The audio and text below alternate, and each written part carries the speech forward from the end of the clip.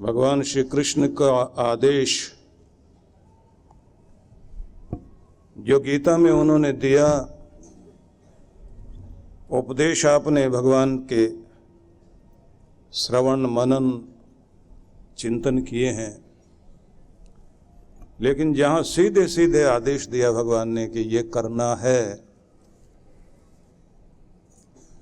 बस उन निर्देशों को आदेशों को अपने जीवन के लिए महत्वपूर्ण मानते हुए नोट करना है और कोशिश कीजिए कि भगवान के दिए हुए सारे आदेश, उनका अनुपालन हर दिन आपको करना है।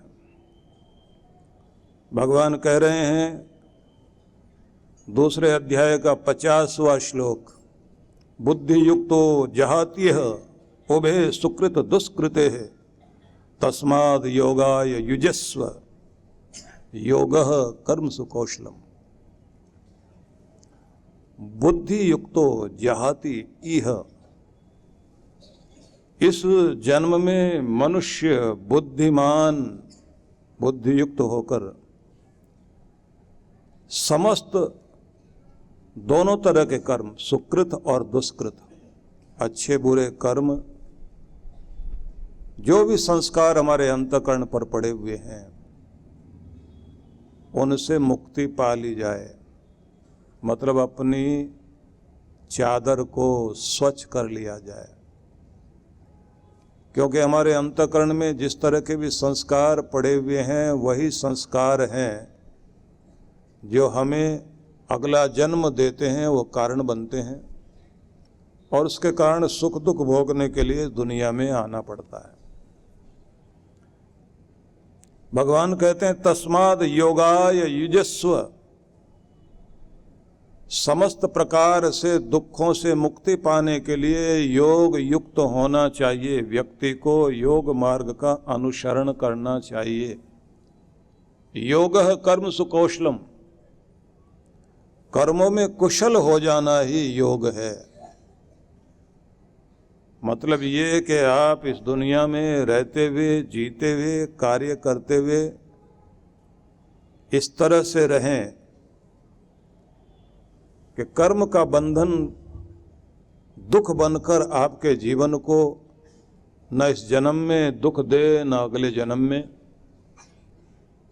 आपको कर्मों की कुशलता को प्राप्त करना है। भगवान ने आदेश दिया कि बुद्धि में समता, मतलब बुद्धि का ईश्वरीय भाव, भक्ति भाव अपनाते हुए, बुद्धि को भगवान से जोड़ते हुए इस तरह चलिए कि आपके कर्म बंधन का कारण ना बने। समझाना ये चाहते हैं भगवान कि कर्म तो करना ही पड़ेगा जब तक आप जिएंगे, और जो भी आप कर्म करते हैं उन सबके संस्कार, उनकी याद, उनके बीज हमारे चित्त पर पड़ते जाते हैं। हमारा जो चित्त है, मस्तिष्क के 4 रूप मान लीजिए। एक तो है मन, जिसका काम है विचार करना, अच्छे बुरे विचार करना, और अच्छे बुरे में जो डिसीजन ले उसका नाम है बुद्धि। और जो आपके अंदर हिम्मत पैदा करे वो है अंदर अहम तत्व। और जहां आपकी सारी मेमोरी है, तो मेमोरी बैंक जो है आपका, उसको कहते हैं चित्त। तो ये चारों चीजें मिलकर बनती हैं अंतःकरण।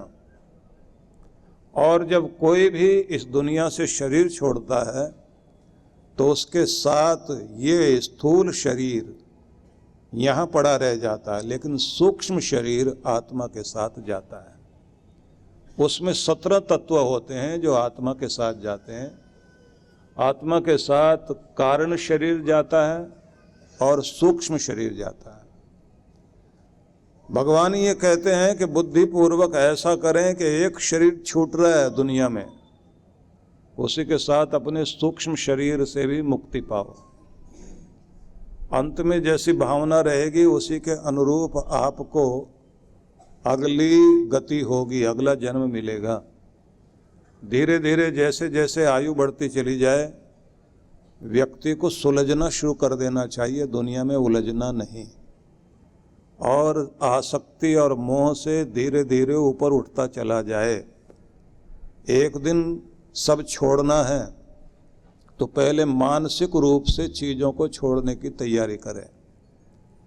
एक दिन गली मोहल्ले, घर परिवार, तिजोरी, कार, बंगला, फैक्ट्री, दुकान, जो भी आपके पास, जिसको लेकर आप कहते हैं कि ये मैं हूँ, जो आपकी पहचान है, यहाँ तक कि इस चेहरे को भी हम पहचान मानते हैं, हमारा फोटो हमारे पहचान कार्ड में लगता है, कहते हैं ये सब चीज़ें यहाँ छूटेंगी। और आत्मा वो तत्व है जिसके साथ और कोई पहचान नहीं जाती, अगर जाते हैं तो आपके कर्म जाते हैं, वो बीज जाते हैं, और वही कर्म के बीज आपको या तो सुखी करेंगे या दुखी करेंगे। भगवान ये कहते हैं कि आपको अंतःकरण में पड़े हुए जितने भी तरह के संस्कार हैं, उन संस्कारों के कारण इस दुनिया में आपकी आदतें बन जाती हैं, वो आदतें आपको चलाती हैं। उन आदतों के कारण ही आप इस दुनिया में जो भी कुछ भोग रहे हैं, चाहे दुख भोग रहे हैं या सुख भोग रहे हैं, वो भी आपकी आदतें करा रहे हैं। हर दिन जो कुछ आप बुना रहे हैं, जो बुन रहे हैं, वो आपकी आदतें बुन रही हैं, आदतें पड़ रही हैं। आदत का एक नियम है कि आदत किसी भी चीज़ की पड़ जाए तो फिर वो पुनरावृत्ति कराती है, रिपीटेशन, दोहराव, उसे फिर बार बार दोहराना पड़ेगा। अगर गुस्से की आदत पड़ गई तो बार बार गुस्सा करोगे, किसी की मजाक उड़ाने की आदत है तो जहां जाओगे मजाक ही उड़ाओगे, निंदा चुगली करने की आदत पड़ गई तो आदत फिर कहेगी रिपीट करो मुझे, तो आपको निंदा करने की आदत है तो जहां जाओगे वहां निंदा, और अगर कमियां निकालने की आदत पड़ गई, हर किसी की अच्छाई में भी कमी ढूंढोगे, और यदि नेगेटिविटी की, नकारात्मकता की आदत पड़ गई, तब आप हर जगह नकारात्मक हो जाएंगे। तो समझ में आया, जिंदगी को चलाती है आदतें।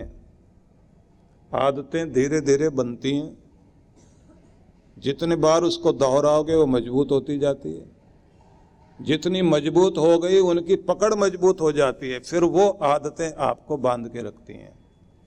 फिर कसम खा के आप सोचिए कि अब मैं बदल रहा हूँ, अब आलस्य नहीं करूँगा, सुबह उठते ही सैर करने जाऊँगा, व्यायाम प्राणायाम करूँगा, पूजा पाठ जरूर करूँगा, टाइम का ध्यान रखूँगा। आदत के अनुसार फिर आप चलेंगे, क्योंकि आदत ने जैसा आपको बना दिया। कसम खाओगे आप ऊपर ऊपर, और अंदर काम कर रही आदतें, आप कितनी भी कोशिश कर लेना, घूम फिर के पुराने डर्रे पर लौट आओगे, और फिर क्या कहोगे, पता नहीं हमारी तो किस्मत में ऐसा ही है, हम नहीं बदलने वाले, हम जैसे हैं वैसे ठीक है। हार मान लेते हैं हम लोग, क्योंकि आदतें हरा देती हैं। तो जिंदगी को चला रही हैं आदतें। लेकिन मजे की बात यह है कि आदतों को बदला जा सकता है, बदला जा सकता है अगर आप प्रयास करें। जिन अच्छी आदतों को जिंदगी में बनाना चाहते हैं उसकी प्रैक्टिस करना शुरू कर दीजिए। जब आपने बुराई की प्रैक्टिस की है तो अच्छाई की प्रैक्टिस कीजिए। जब बुराई आदत बन गई है तो भलाई भी आदत बन सकती है, लेकिन उसकी प्रैक्टिस करो। लगातार प्रैक्टिस करेंगे, मुस्कुराने की प्रैक्टिस कर लीजिए, 40 दिन तक मुस्कुराते रहेंगे आप। 40 दिन के बाद 41वें दिन अपने आप मुस्कान आएगी। हमारे एक महात्मा जी थे, आनंद स्वामी नाम था उनका। उनके पाँव में दर्द था, चोट लगी हुई थी, घुटने में और शुरू हो गया। स्टेज पर चढ़ने लगे तो एक पाँव से चढ़ पाते थे, लेकिन दूसरे पाँव में भी घुटने में दर्द। जैसे वो दर्द हुआ, उसे देखते ही महसूस करते बड़े जोर जोर से हंसे और इशारा करें यहाँ यहाँ। लोग कहें क्या? बोले दर्द। बोले आपके तो पाँव में था, बोले अब घुटने में भी हो गया। हंस क्यों रहे? बोले उम्र का मेवा मिलना शुरू हो गया तो हंसूंगा नहीं तो क्या करूंगा। उन्हें उठा के ऊपर रखा तो जैसे बैठाया स्टेज पर 5 मिनट तक हंसते ही रहे। उनको देख के लोग भी हंसते रहे। और उन्होंने कहा कि एक जगह के बाद दूसरी जगह भी दर्द आ गया, रुलाना चाहता है लेकिन आदत हंसने की पड़ गई, इसलिए हंसना ही ठीक है, आनंद मनाना ही ठीक है। इलाज अपनी जगह इलाज होगा, लेकिन हर समय हाय हाय करने से तो कुछ नहीं है। और वाह वाह करेंगे तो कृपा होगी, और शिकायत करेंगे तो कृपा से वंचित होंगे। इसलिए निवेदन करना चाहता हूं कि आपका अंतःकरण आपको चलाता है, और सिर्फ ये यही नहीं चलाता, ये आपको अगले जन्म तक लेकर जाता है। आगे तक भी वैसी स्थितियां बन जाएंगी जैसी आज आपने अपने अंतःकरण में संस्कार डाल लिए हैं। इनको धुलना जरूरी है। भगवान कहते हैं कल्याण होगा योग युक्त होने से। योग युक्त मतलब जुड़े रहने वाला व्यक्ति, जिसका ध्यान जिसकी तान वहां जुड़ी हुई है। ऐसे लोगों को आप देखेंगे आंखें बंद करके बैठे हुए हैं, लेकिन संबंध कहाँ जुड़ा हुआ? दुनिया में नहीं, दुनिया के मालिक से जुड़ा हुआ है। और वहां क्या महसूस कर रहे हैं? मंत्र बोल रहे हैं, द्यौ शांति अंतरिक्षम शांति पृथ्वी शांति आप शांति औषधय शांति। जो शांति तेरे द्योलोक से धरती पर बरसती है, जो शांति चांद सितारों से आती है, जो शांति बादलों से बरसती है जलों के द्वारा, और जो शांति इस पृथ्वी में तूने अन्न उगाते हुए मनुष्य को तृप्त करने के लिए दी, जो शांति परमात्मा तेरे देवताओं में है और जो शांति तेरे नाम में है, वो शांति मेरे हृदय में भर। उस शांति को मैं महसूस कर रहा हूं, मेरा रोम रोम आनंद से परिपूर्ण हो रहा है, शांत होता जा रहा हूं, मेरा रोम रोम शांति से युक्त हो रहा है। क्योंकि शांति से ही मुस्कान है, और शांति से ही गुणगान है, शांति से ही तरंग आती है, और शांति से ही उमंग आती है। मैं शांत हो रहा हूं, शांत शांत शांत। अब आंखें बंद और ध्यान जुड़ा हुआ वहां, और असर कहां हो रहा है? हृदय में। और दिखाई देता है उसके कर्म में, बात करता है शांति से, चलने में भी शांति और शीतलता दिखाई देती है, व्यवहार में दिखाई देती है। गाड़ी में बैठेगा जाकर इत्मीनान से, शांति से, प्यार से, ड्राइवर से कहेगा प्यार से चलना है, कोई हड़बड़ाहट नहीं, बेचैनी बिल्कुल नहीं, तनावपूर्ण होकर क्यों चलना। अपने ड्राइवर को भी कहेगा कि लंबा सांस ले, चेहरे पर मुस्कान ला, माथा कर ठंडा और प्यार से चल। हमारे पीछे कोई डंडा लेकर आ रहा है क्या? जिंदगी एकदम बदल गई है, क्योंकि वहां से ली है शांति, अपने हृदय में उतारी। जैसा आदमी वैसे उसके नौकर चाकर। आदमी खुद गुस्सेबाज, नौकर चाकर उससे भी ज्यादा गुस्सेबाज। आदमी मुस्कुरा रहा है और अपने नौकर से भी कहता है कि चेहरे पर मुस्कुराहट रखो। दुकान में मुस्कुराहट लेकर के खड़े रहोगे तो लक्ष्मी दूसरे के पास भी है तो आपके पास आना शुरू कर देगी, और खुद जले भुने बैठे हैं तो आपकी भी लक्ष्मी बराबर वाले के पास चली जाएगी। मुस्कुराहट और शांति और संतुलित रहना। तो भगवान ये समझा रहे हैं कि तुम योग युक्त हो जाओ,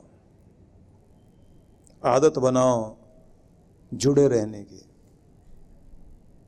सुबह सुबह परमात्मा के प्यारे भक्त लोग भगवान के ध्यान में बैठते हैं, तो ध्यान में बैठने का मतलब कनेक्ट होना।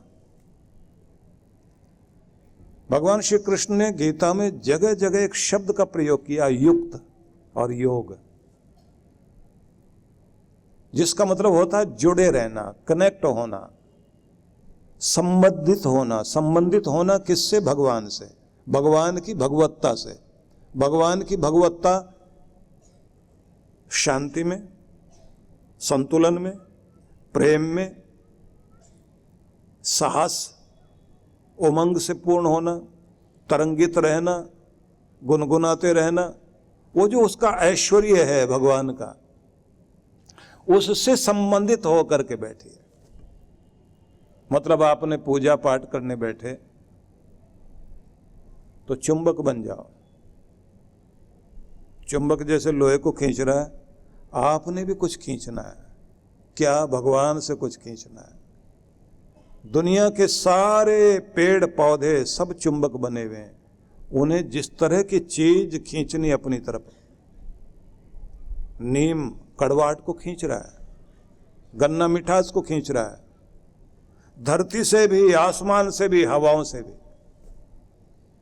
पूरे ब्रह्मांड से आप अपनी तरफ शांति को, प्रेम को, संतुलन को, आनंद को, उत्साह को, सुख को खींचना शुरू कर दीजिए। और जब आप ध्यान में बैठे हुए हो, महसूस करो कि चारों तरफ से परमात्मा का ये ऐश्वर्य मेरे सिर से लेकर पांव तक फैल रहा है और मैं इसे धारण करता जा रहा हूँ। आनंदित आनंदित और आनंदित और शांत और प्रफुल्लित और खुश और धन्यवाद धन्यवाद करते हुए भगवान को दोनों हाथ जोड़ के प्रणाम करते रहना। हे प्रभु, तेरा लाख लाख शुक्र है, तेरी दया बरस रही है मेरे ऊपर, मेहर बरस रही है, भाग्यशाली होता जा रहा हूँ, मैं अपने आप को तृप्त करता जा रहा हूँ, मेरे अंदर तेरी दया उतर रही है, मैं तेरी शरण में जाने के बाद खिल रहा हूँ, मेरी सारी पंखड़ियाँ खिलने लगी हैं। इसलिए साधना करने वाले लोग जहाँ ऐसे प्रणाम करते हैं तो यहाँ सहस्रार चक्र के पास कमल बनाकर ऐसे यहाँ पर ये महसूस करते हैं कि उसकी किरणें बरस रही हैं और मेरी सारी पंखड़ियाँ खिल रही हैं।